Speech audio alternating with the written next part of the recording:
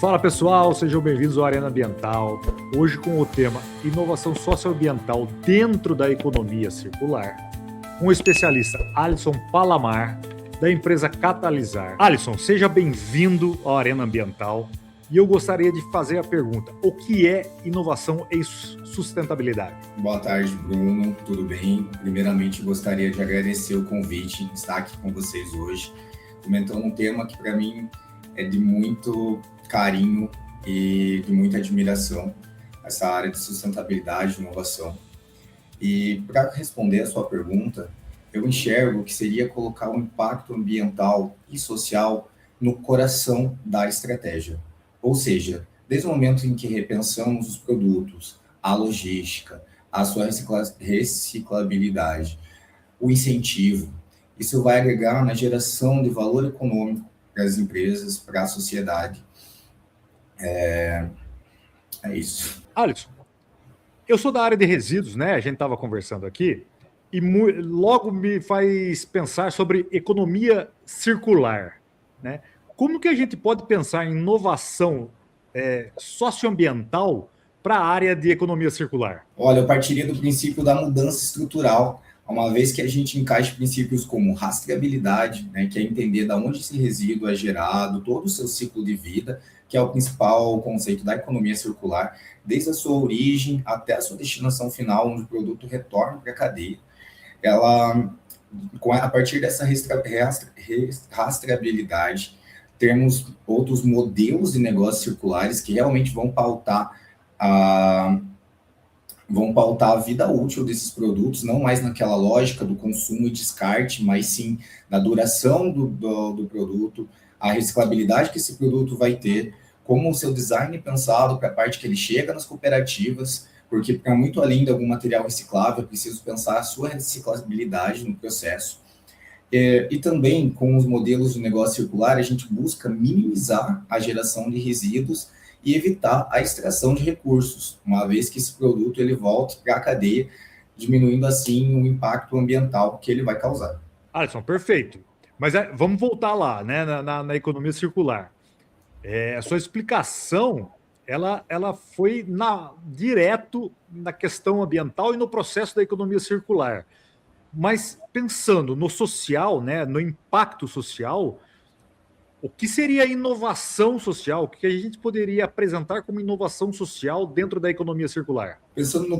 Pensando no quesito social, né, o papel das cooperativas, agentes esses que são primordiais para a cadeia, nesse caso, se fechar, acredito que é quando a gente entra com o processo de capacitação, organização dessas centrais de triagem, capacitação dos conhecimentos técnicos, seja administrativos, financeiros, na parte da comunicação.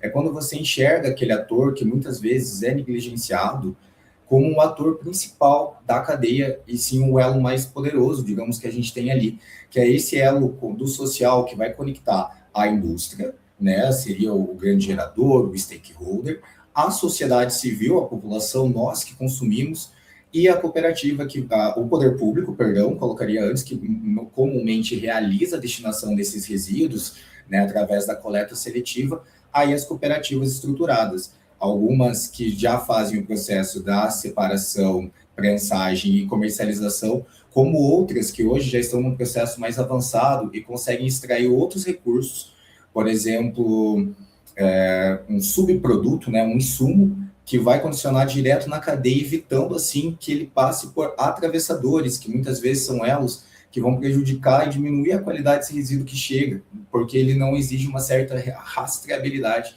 que seria a chave do processo. Então, quando a gente consegue enxergar a economia circular, tanto da parte econômica, ali a parte da geração, que a gente vai enxergar o produto, até a parte que ele vai chegar no mercado, nas nossas casas, como ele vai ser destinado, de suma importância que todos os atores dessa cadeia estejam conectados. Por isso que na Política Nacional de Resíduos Sólidos, a gente parte muito do princípio da responsabilidade compartilhada.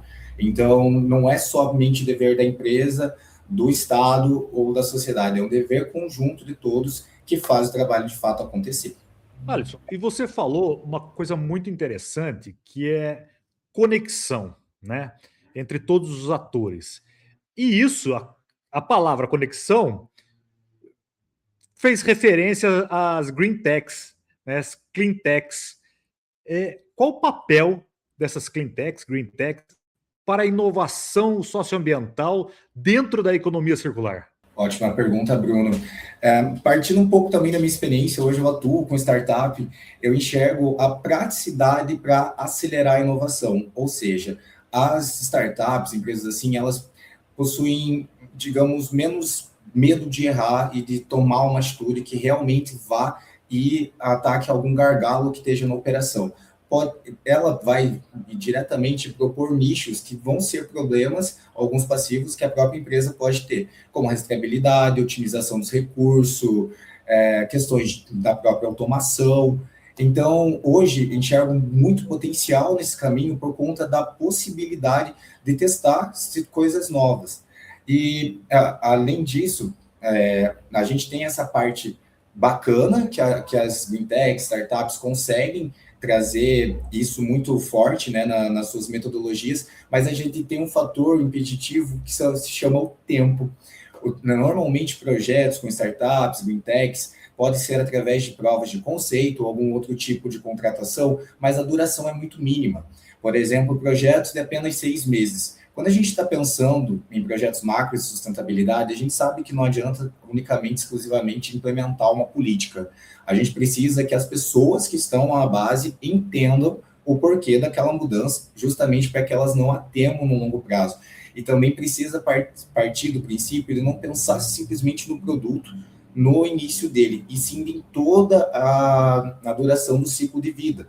Por isso que hoje, para as startups, green techs, é muito importante que o retorno sobre o investimento reduza o custo das operações, que traga métricas claras e principalmente de governança, porque dessa forma a gente consegue destravar algumas ações e mostrar o potencial desses pilotos. Muitas vezes, quando a gente não consegue no tempo hábil que foi combinado, mas naquele tempo, como normalmente envolve processos diagnósticos, é possível ter uma visão muito mais clara e assertiva do que pode chegar a funcionar e o que não pode.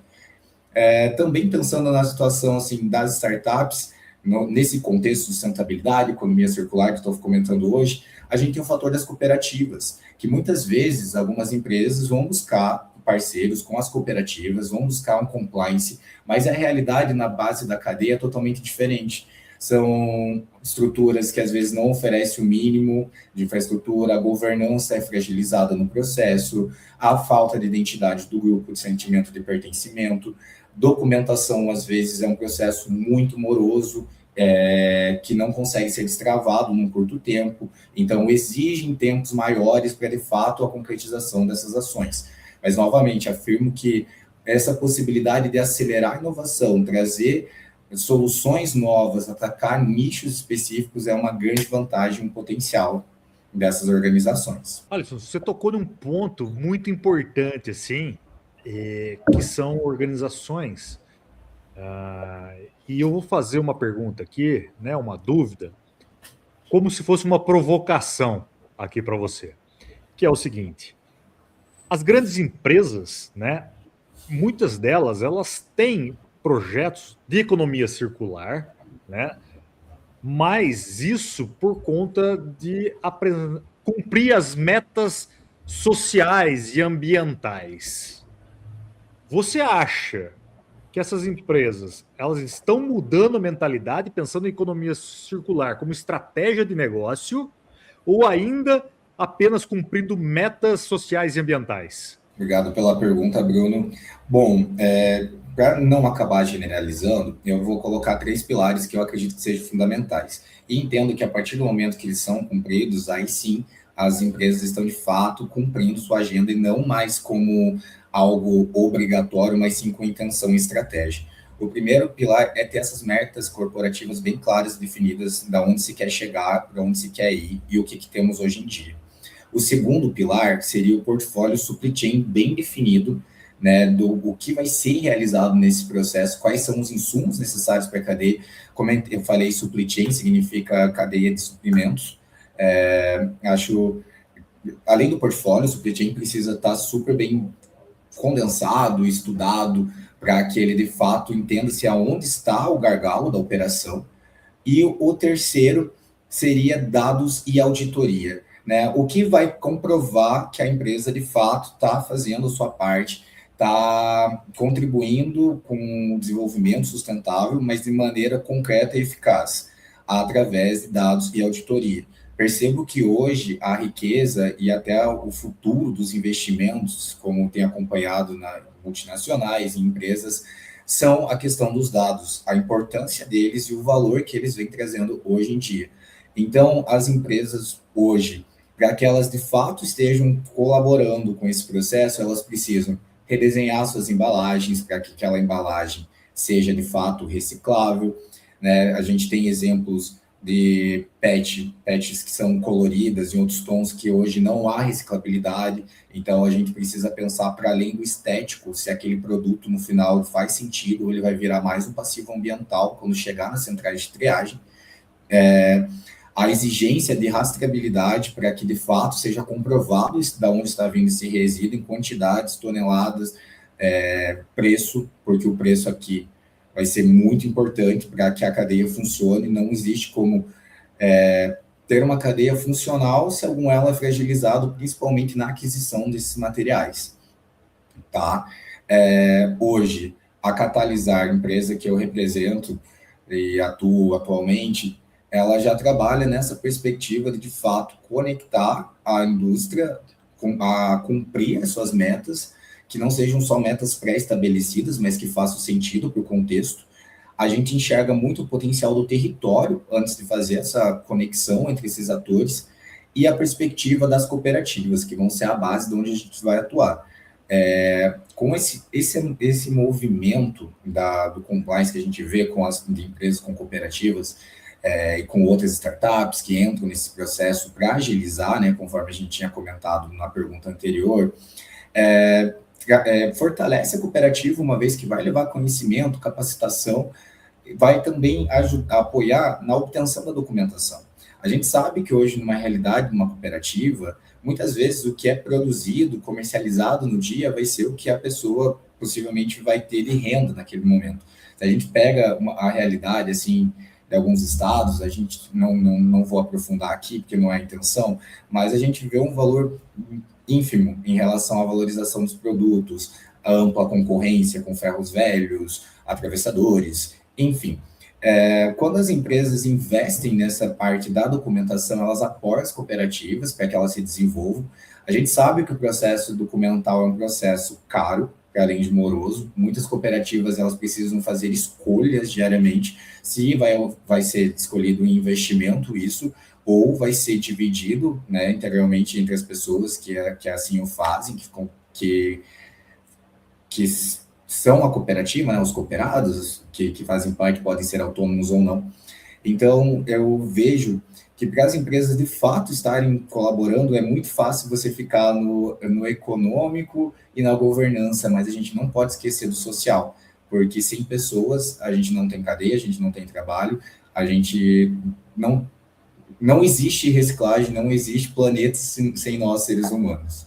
Alisson, a gente vai falar sobre ESG daqui a pouco, principalmente no que diz respeito ao social. Mas antes, você falou algo que me fez pensar aqui, né? Que empresas como a de vocês, a Catalisar, elas conectam lá a empresa a cooperativas, né? Que isso é muito legal, né? Mas e aí me fez pensar o seguinte: qual o maior desafio entre você conectar uma grande empresa a uma cooperativa? Porque deve ser difícil convencer a alta gestão a criar estratégias que integrem essas cooperativas dentro, né, do seu negócio, né? Como que você enxerga, quais são os maiores desafios? Ok, Bruno, respondendo a sua pergunta, vejo como uma das maiores dificuldades a lógica de curto prazo, né? Porque muitas vezes é priorizado o custo imediato ao invés do custo total pelo ciclo de vida do produto.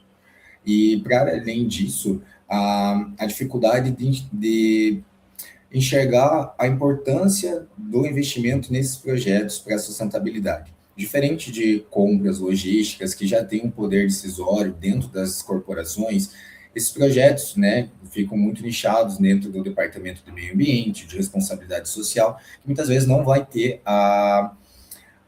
o poder decisório para investir nisso. Então, a gente precisa comprovar, através das ações, do que vai ser executado como projeto ambiental, qual vai ser esse retorno sobre o investimento, no que ele vai atingir a empresa como um todo, e qual vai ser o benefício que ele vai trazer no geral para a sociedade e para a população. Aí a gente traz muita perspectiva da Catalisar, nosso modo de trabalhar, ajudar as empresas a entender quais são as metas, os gargalos, através de um diagnóstico, um panorama, onde é identificado quais são os gargalos da operação, quais são os resíduos de maior dificuldade de reciclabilidade, se já há no território cooperativas estruturadas. Caso não haja uma cooperativa estruturada, vem todo o processo da regularização documental dessa empresa, então também pode ser um processo moroso, que muitas vezes a autogestão não entenda como algo prático ali para o projeto. Como eu mencionei, a curta durabilidade desses projetos também pode ser uma dificuldade. E também é legal comentar sobre o fator da barreira humana. O que acontece, Bruno? Eu vejo que muitas empresas experimentam esse modelo de sustentabilidade, algumas não conseguem ir para frente com esses projetos, e acaba que as pessoas que estão, os funcionários ali que estão na operação, estão na obra, acabam desacreditando do potencial daquela ação. Por isso que eu acho que a chave nisso é a comunicação. Uma comunicação que tenha participação e transparência. Quando a gente trabalha diretamente com a base, a gente tem uma metodologia chamada Transformação 4Rs, onde a gente atua diretamente colhendo informações com as pessoas que estão na ponta, a gente consegue ter uma visão macro do que realmente tem acontecido na operação, e a gente traz essas pessoas para o nosso lado, porque entendemos que são elas que vão dar a vazão. A autogestão, a cúpula, assim, vai determinar o que vai ser as diretrizes, mas quem vai executar é a base. Então, dentro das empresas também, essa mudança da cultura é algo que a gente precisa ir trabalhando, e eu vejo que é muito com a participação, trazendo essas pessoas para o nosso lado, seja na empresa, seja na cooperativa. As cooperativas também, algumas já tiveram algumas experiências bacanas, outras nem tanto, então vale muito de trazer essa transparência, jogar a real como vai ser feito esse processo. Eu acho que muitos ainda se enganam em acabar prometendo coisas que na hora não fazem sentido para a realidade da cooperativa. Então, se eu pudesse dizer como superar essa barreira humana, seria com a participação e transparência. Alisson, você falou em engajamento, né? Engajamento de toda a empresa, né? Desde a base até o topo. Explorando aqui o seu conhecimento, se você fosse resumir um processo de comunicação para engajar a base até a alta gestão, quais seriam as etapas? Ótimo, adorei a pergunta. Acho que o primeiro passo para o engajamento é entender qual é a dor do cliente, né? Para que você não fique repetindo um discurso que já foi muito batido, que já foi buscado outras formas, entendeu que já foi testado, porque evita repetições de erros. Depois é entender quais são os atores chaves, porque como vamos pensar a realidade de uma multinacional com muitos funcionários, é difícil você conseguir conversar com todos. Então, esse mapeamento de atores chaves por seção, como é definido essas lideranças pequenas dentro dos grupos, são muito bacanas a gente entrar, conversar com essas pessoas, porque elas já têm o reconhecimento e a confiança dos demais. Depois disso, é trabalhar juntamente com eles, entendendo o que eles veem que é possível, porque se a gente chega numa empresa, chega ali conversar com o funcionário, ele já tem uma rotina clara de trabalho, né, das coisas que ele vai ter que executar no dia a dia. A gente chega como se estivesse impondo uma nova tarefa, a reação automática vai ser ele travar, ele não querer conversar, ver aquilo como um aumento de demanda, aumento de trabalho, e ele não se sente parte daquela cultura. Ele não sente que ele está realmente ajudando a melhorar o ecossistema da empresa. Ele vai enxergar como um mero reprodutor de tarefas que alguém destinou e mandou. Aí é importante, depois que a gente já entende qual é o desafio ali da base, é escalando, né, a hierarquia da empresa, para que a gente consiga criar grupos, criar dinâmicas de integração e que façam sentido, né, com o que o pessoal deseja, o que o pessoal espera, de uma maneira, pode ser mais lúdica, Na Catalisar, a gente tem um game chamado Game 4Rs, onde são missões, tarefas que são desbloqueadas, onde a pessoa pode jogar pelo celular, e isso vai ajudar a melhorar essa parte da conscientização, porque a ação sem conscientização é simplesmente uma tarefa, né? Apenas algo que a gente está reproduzindo. E quando a gente consegue a harmonia, que a alta gestão vai conseguir enxergar que a base está levando para si os princípios que foram instituídos, a gente conseguiu respostas, soluções de curto, médio, longo prazo, de baixo, alto, médio investimento. Tudo isso vai agradar quem está lá na frente, quem vai ser esse gestor, esse responsável pelas contas também no fundo, e dessa maneira todos saem felizes, digamos assim. Alisson, eu vou continuar ali explorando o seu conhecimento, porque a gente falou em comunicação interna dentro de uma empresa, mas em dúvidas anteriores, você passou muito rápido sobre ESG, não é o tema aqui, mas vamos falar do social, né? Quando a gente fala do social, empresas responsáveis trabalham por diversas vezes com populações adjacentes às empresas, ou populações regionais, ou até mesmo em nível nacional. Aproveitando sua experiência em comunicação, né, empresas que desenvolvem projetos robustos, né, e que atingem metas, como elas fazem essa comunicação do social, né? Como elas comunicam vou dizer, com a população que recebeu esse auxílio ou recebeu um melhoramento em função das ações feitas pela empresa? Então, hoje, algumas empresas já possuem a cultura de divulgar os seus relatórios anuais de sustentabilidade, que é um documento robusto onde a gente vai enxergar a prática daquela empresa de fato se traduzindo em números e ações concretas. Pensando já mais no contexto social, como vai ser esse retorno para a sociedade, como vai ser feita essa divulgação, eu acho que a transformação de fato acontece quando ela impacta diretamente na vida daquelas pessoas que ali o fazem, né? Seja no retorno em forma de saúde, prevenção, trabalho digno, com renda digna, infraestrutura, estruturação. Vejo empresas apoiando em construções de escolas, postos de saúde, pegando a realidade aqui das cooperativas, infraestrutura, maquinário, EPI, que ainda é uma prática que algumas cooperativas não utilizam, não entendem a importância de utilizar os equipamentos de proteção individual. Então, eu acredito que a maior comunicação que uma empresa pode fazer, mostrando que está dando certo, pode ser medida pela própria felicidade do povo, né, que ali o recebe. Eu vejo dessa forma. Alisson, ainda utilizando seu conhecimento, né, e falando em melhoria socioambiental, de inovação socioambiental, a gente poderia pensar em indicadores, né?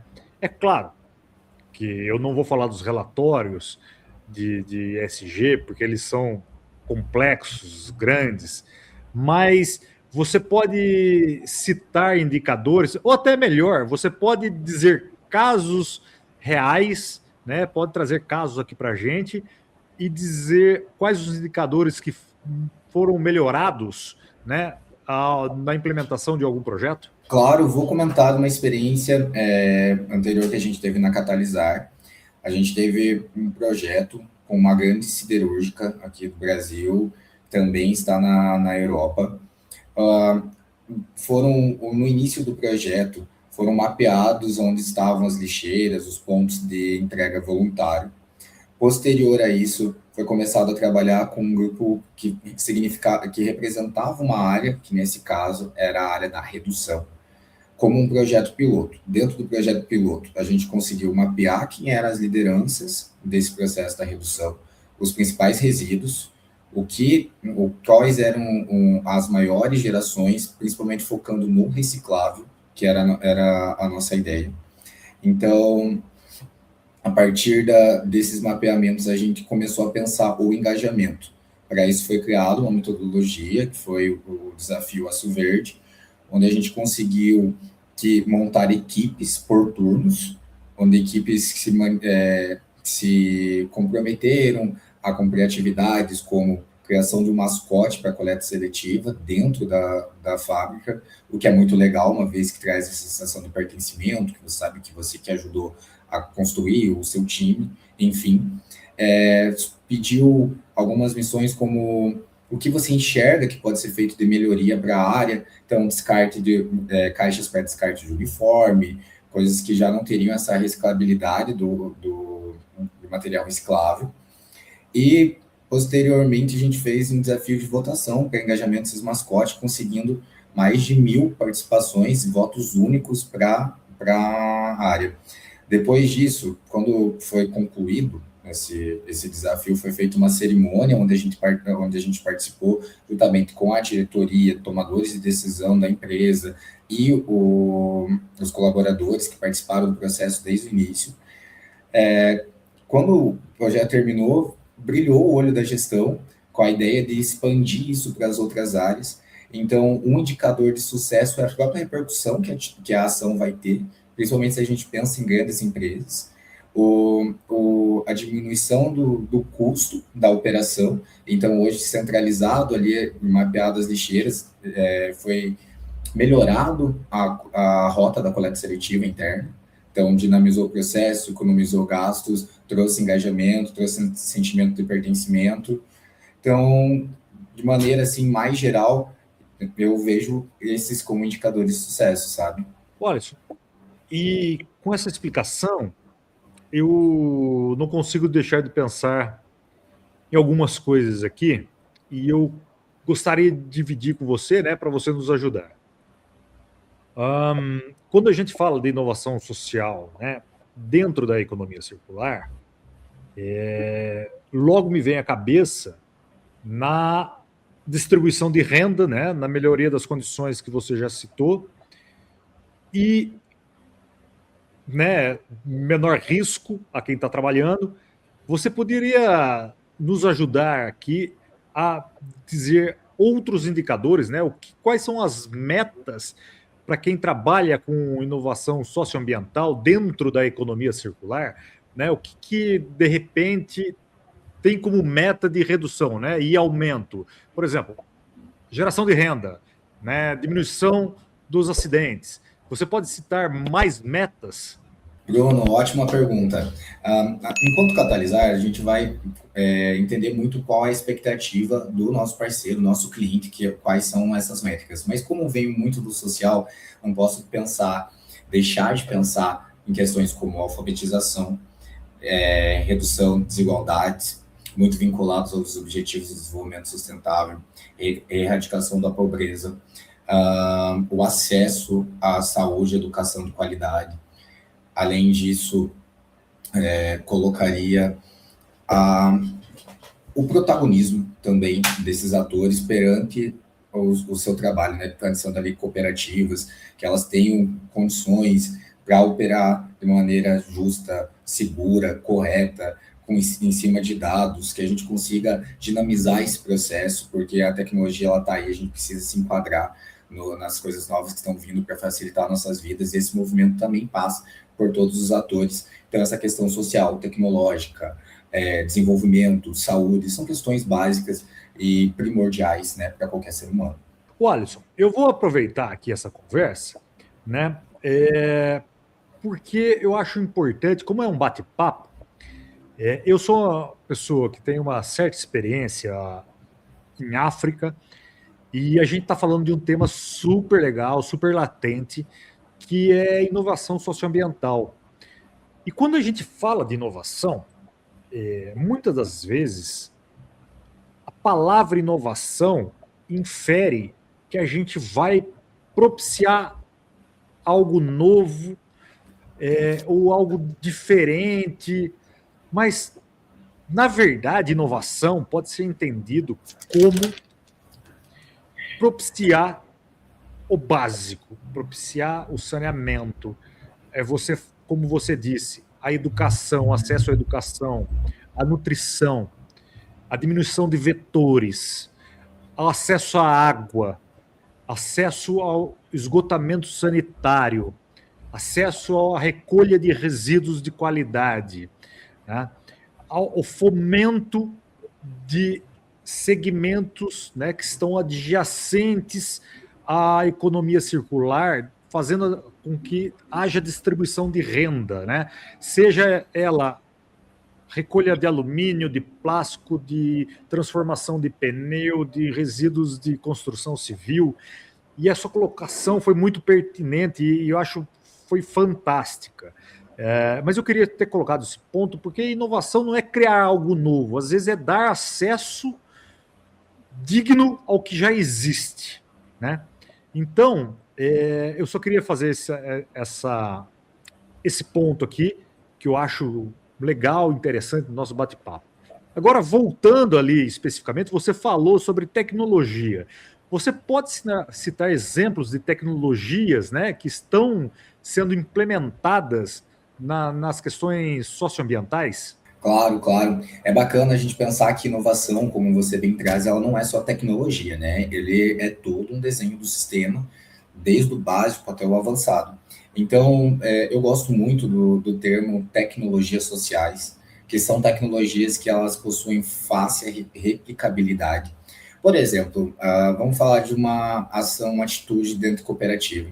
Vejo algumas organizações para completar o que precisam de carga, de abastecimento, às vezes o que vem da coleta, sendo tanto pública como privada, alguns também realizam essa coleta, tem criado novos postos de compra, comprando resíduos de outros catadores, mas que dessa forma, que atuam de maneira individual, digamos assim, na cidade, seja com carrinho, alguma coisa assim. Não estou aqui para dizer o que é certo e o que é errado, mas vejo que são tecnologias que podem ser replicadas, como, por exemplo, comprar esses resíduos de outros que não estão dentro da organização, criar sistemas próprios e fáceis de acompanhamento ali do resíduo, com as nomenclaturas corretas. Bom, eu vejo dessa forma a questão da inovação, que ela, como você bem coloca, ela não precisa ser uma nova invenção de algo que não existe. Você inova a partir do momento que você consegue resolver problemas. Eu acho que a grande chave ali é você conseguir transformar um grande problema em algo fácil de ser solucionado, não que ele seja fácil em si, porque ele vai ser muito pensado antes dele ser executado, mas que ele de fato resolva problemas. Eu acho que inovar é quando a gente consegue permitir que o acesso seja garantido, que o fluxo ocorra da melhor maneira, e assim por diante. Alisson, mudando um pouco de assunto, né? Eu não estou no Brasil, mas eu tenho acompanhado muito notícias, né? Eu sou uma pessoa muito ativa no LinkedIn e eu tenho lido muito sobre lei de incentivo à reciclagem. Você pode nos explicar o que é isso? Né, eu quero ainda fazer um parênteses aqui e convidar as pessoas, né? Eu vou ter um vídeo muito legal que vai falar sobre lei de incentivo à reciclagem, né, com um especialista, com um advogado que ajudou a pensar na lei da incentivo à reciclagem, mas agora a gente vai escutar o ponto de vista de quem pensa na inovação socioambiental sobre a lei de incentivo à reciclagem. Legal, Bruno, eu adoro falar sobre a lei de incentivo à reciclagem. Esse é um marco para o nosso país aqui do Brasil muito grande. Ele abre um caminho direto para que as empresas, pessoas físicas possam destinar esses seus recursos incentivados para projeto. Dessa forma, estrutura a reciclagem de ponta a ponta. Então, eu enxergo assim muito com três pontos muito fortes: o financiamento, a transparência e o efeito escala. Por exemplo, como é que funciona a submissão desse projeto? Como a gente vai ter um especialista no próximo, não vou me aprofundar muito, mas são iniciativas onde as empresas escrevem projetos. Nós, da Catalisar, por exemplo, a gente tem um projeto chamado Catalisando Escolas. É um projeto que foi aprovado pela Lei de Incentivo à Reciclagem, já foi conquistado a parte do orçamento, porque a partir do momento que você consegue aprovar um projeto na Lei de Incentivo à Reciclagem, você precisa que empresas patrocinem sua ideia. Qual é a vantagem disso, né?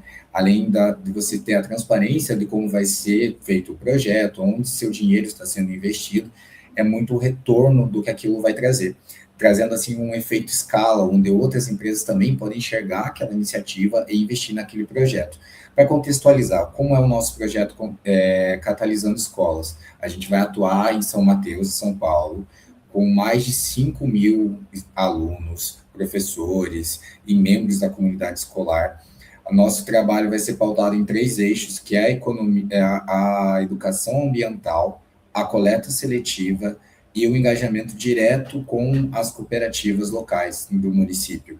Então, os stakeholders, né, que estão envolvidos no projeto conseguem ter a comprovação desse projeto, porque quem aprova é o Ministério do Meio Ambiente, então é um investimento seguro, com alta chance, né, de retorno, e com isso é possível apoiar, né, essa regularização de cooperativas. Se você quer investir em algum projeto novo, quer trazer cooperativas para o seu lado, pela lei é possível investir parte do recurso para a regularização das cooperativas, e dessa forma a gente vai além da reciclagem, né? A gente para somente de reciclar resíduos e passa também a reciclar oportunidades, de fato, porque a gente melhora a cadeia como um todo, conectando esses diversos atores. Olha, eu achei um projeto sensacional.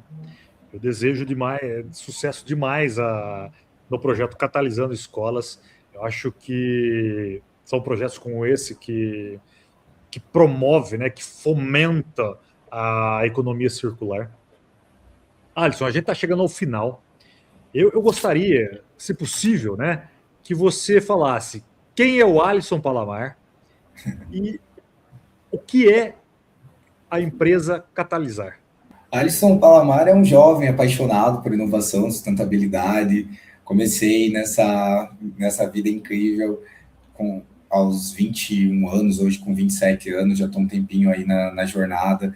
Tive a oportunidade de ser presidente de cooperativa, então trabalhei direto na base com os catadores, sou assistente social de formação, especialista em liderança, porque não adianta você trabalhar com pessoas, mas não saber a maneira correta também de liderar projetos, e hoje estou me especializando em gerenciamento de projetos justamente para juntar todas essas questões, mas Alisson sempre vai ser uma pessoa que vai ter o foco no social. Eu acredito no poder da comunicação socioambiental, como ela muda a vida, já testemunhei na prática como isso é bacana, e para mim falar da Catalisar é um orgulho imenso. Eu comecei como analista ambiental na instituição, hoje eu ocupo o cargo de estrategista. Então, o que difere de um especialista para um estrategista? Para além do conhecimento, eu busco outras formas de resolver problemas de algumas maneiras mais criativas, e fico muito feliz em ocupar um espaço numa instituição que realmente se preocupa com o território, pessoas e empresas, né? Para muito além do financeiro, ali a gente tem apegado muito do ambiental. Nossa preocupação é com o território como um todo. Então, acho que um precisava conhecer o outro, o Alisson Palamar precisava conhecer a Catalisar e assim por diante também. E quem quiser saber um pouquinho mais, conhecer um pouquinho melhor da minha história, é só me achar ali pelo LinkedIn, o Alisson Palamar. Vai ser um prazer trocar mais com vocês. O Alisson, enquanto a gente está gravando essa conversa, esse bate-papo, me chegou uma mensagem aqui que eu fiquei surpreso com a mensagem e eu achei sensacional. Foi que você, Alisson Palamar, trabalhou em cooperativa, né?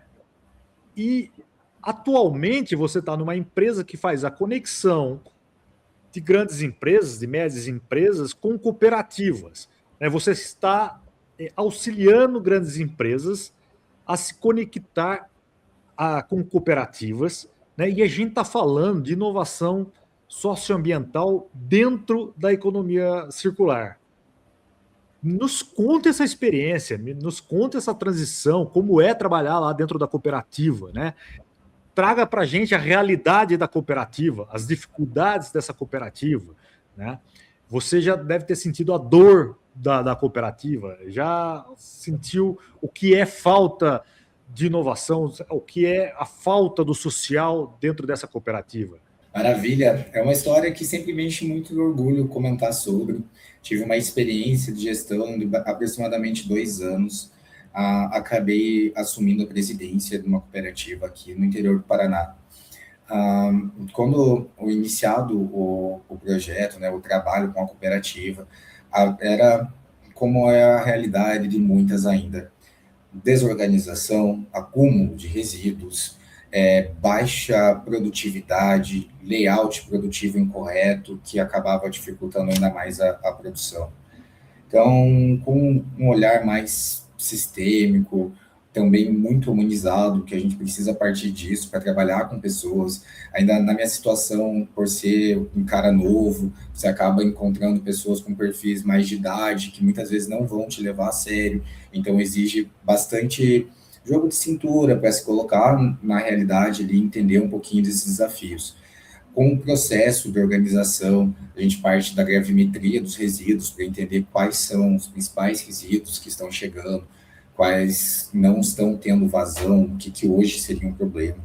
Depois disso, quando você consegue estruturar o processo operacional, isso a gente consegue muito com o apoio com empresas e outras entidades, mas é a forma da gestão que vai ser como que você vai conduzir os processos dentro da cooperativa.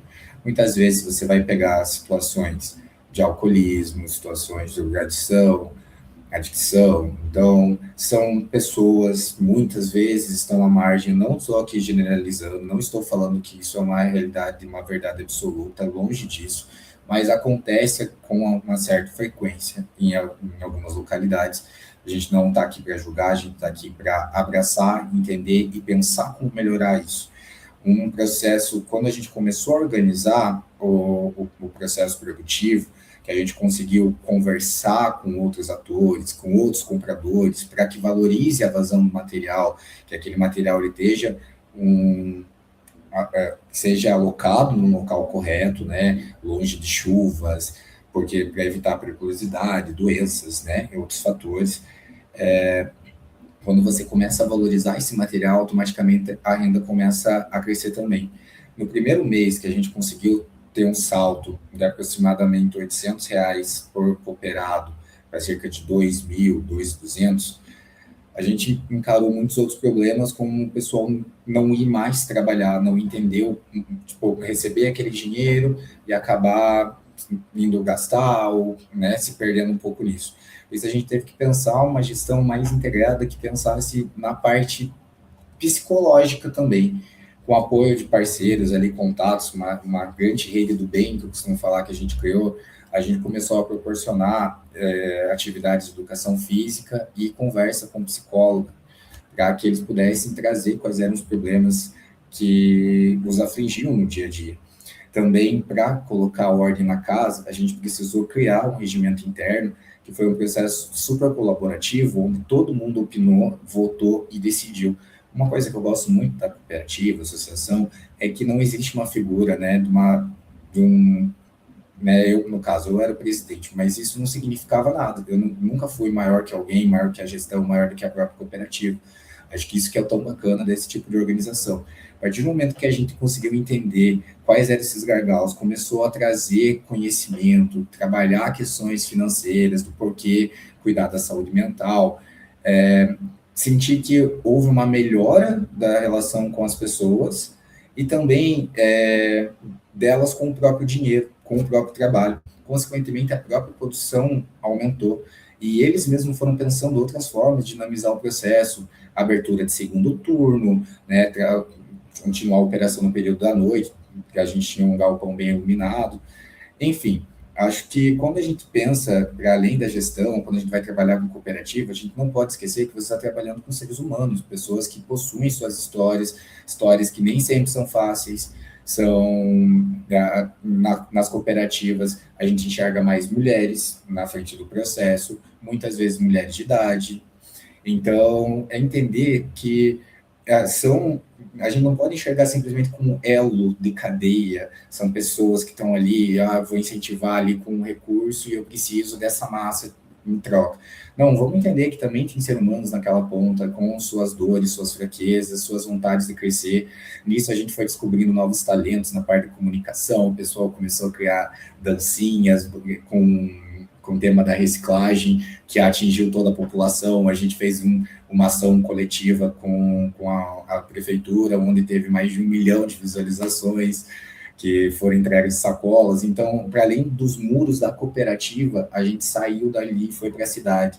A gente conseguiu parceria para ter um veículo de coleta. Na época, ninguém tinha carteira, eu acabei assumindo isso, fui o motorista do caminhãozinho também. Então, eu acho que quando a gente consegue sair dos muros da cooperativa, onde a cooperativa fica isolada, muitas vezes as pessoas enxergam apenas como catadores de reciclável, não como agentes ambientais de transformação. Quando você rompe isso e você vai para a cidade, você mostra o trabalho, você consegue dinamizar esse processo, consegue fazer que a população retorne de uma maneira mais engajada, automaticamente a gente diminui o recebimento de rejeitos na cooperativa e transforma a vida de quem realmente precisa dessa transformação, de quem vive disso e quem a gente deve muito. É isso. Alisson, obrigado por dividir essa história, obrigado por dividir essa passagem sua dentro de uma cooperativa. É sempre importante trazer o conhecimento de dentro de uma cooperativa para fora, né? Você falou de pontos muito importantes que eu acho que, quando se pensa num projeto social, é preciso ter atenção, né? E eu acho que os pontos citados por você, eles são cruciais a serem resolvidos para que o projeto tenha sucesso. Então, obrigado por compartilhar essa história e parabéns. A gente chegou ao final. Muito obrigado por essa conversa. Foi, assim, muito interessante.